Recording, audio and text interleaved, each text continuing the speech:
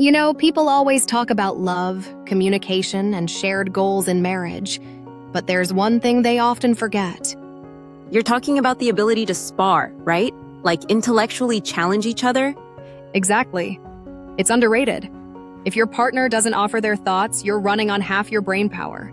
And if you're both always agreeing, the relationship gets flat, like watching a movie with no plot twists. Right? A bit of disagreement, a touch of tension. It keeps things interesting.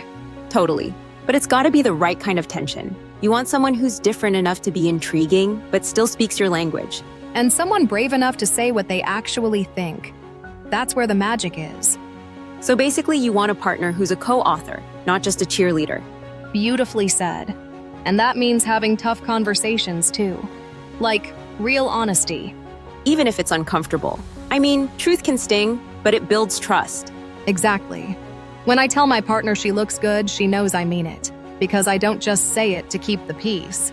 Though I'll admit, there are landmines, like the classic, "Do I look good in this?" Haha, yeah. My response is, I don't answer questions designed to get me in trouble. Smart move. My son answers those brutally honestly. It's infuriating, but you respect it. Because truth, in the long run, is empowering. People trust those who tell it straight. And trust is non-negotiable. You can't build a future together without it. Or negotiate anything meaningful, which is hard. You need to know what you want, say it, and then deal with getting it, or not. And keep updating it, because life doesn't stand still. Neither do your needs. Exactly. Attraction changes, energy shifts. You can't ignore that or pretend you're still 25. Which is why effort matters. People think love should always feel spontaneous, but that's a fantasy. Yeah, especially when you have jobs, kids, responsibilities. Spontaneity becomes a unicorn. So you schedule the connection. Sounds unromantic, but it's actually super loving. It shows you value each other enough to make time, even if it's just 90 minutes a week to talk. And I mean real talk, not grocery lists or "did you take the dog out?" Right, like, here's what's going on with me kind of conversations. That keeps you bonded. Same with intimacy. You can't just hope it happens. You plan for it, like date night for grown-ups. And if you don't, you risk losing one of the most vital parts of your relationship. Which opens doors to distraction or disconnection. And then it's not just about romance dying.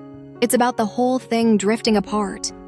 That's the danger. Not talking, not touching, not planning. It's like slow erosion. And sometimes people just give up. They think, well, this is marriage. But it doesn't have to be like that.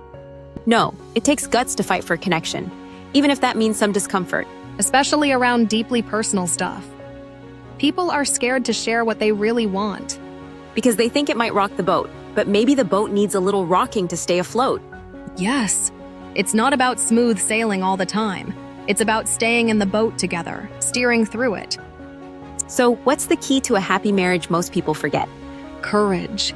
The courage to speak, to spar, to stay curious, and to keep showing up. Couldn't agree more. It's the stuff behind the vows that makes or breaks the story.